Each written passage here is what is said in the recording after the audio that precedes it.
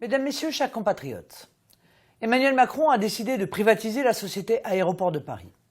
Ce bradage des biens publics à l'image de ce qui s'est passé pour les autoroutes est scandaleux.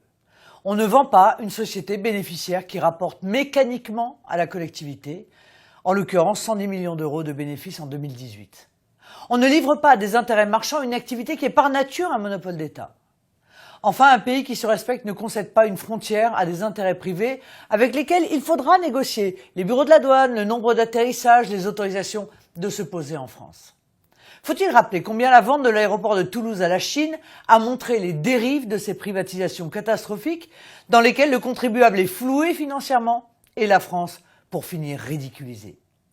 Ce bradage au profit d'intérêts privés n'est rendu possible que parce que Emmanuel Macron, du fait d'un mode de scrutin profondément antidémocratique, dispose d'une majorité parlementaire qui ne représente pas l'opinion du pays.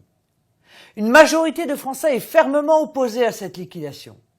Malgré le désaveu qu'il a enregistré lors des élections européennes, en étant devancé par la liste d'opposition du Rassemblement national, M. Macron s'entête dans sa politique de bradage des biens publics et finalement dans le démantèlement méthodique de la France. La vente de la Française des Jeux, d'Engie, dès demain ce seront les barrages et après-demain, qui sait. Si on le laisse faire, les Français n'auront plus rien en commun, plus de pays à transmettre à leurs enfants. Il y a une possibilité pour empêcher cette infamie en provoquant un référendum. Il faut pour cela réunir 4 700 000 signatures de citoyens en 9 mois. C'est possible tant les Français rejettent majoritairement cette mesure inique. Il suffit de se manifester en signant la pétition mise en ligne dans le cadre de la procédure du référendum d'initiative partagée. C'est pourquoi je vous appelle à signer et faire signer autour de vous contre la privatisation d'Aéroports de Paris. Pour cela, il suffit de vous rendre sur le site officiel referendum.gouv.fr.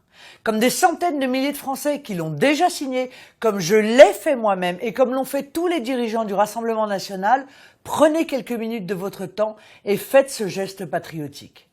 Citoyens et patriotes français, je compte sur vous.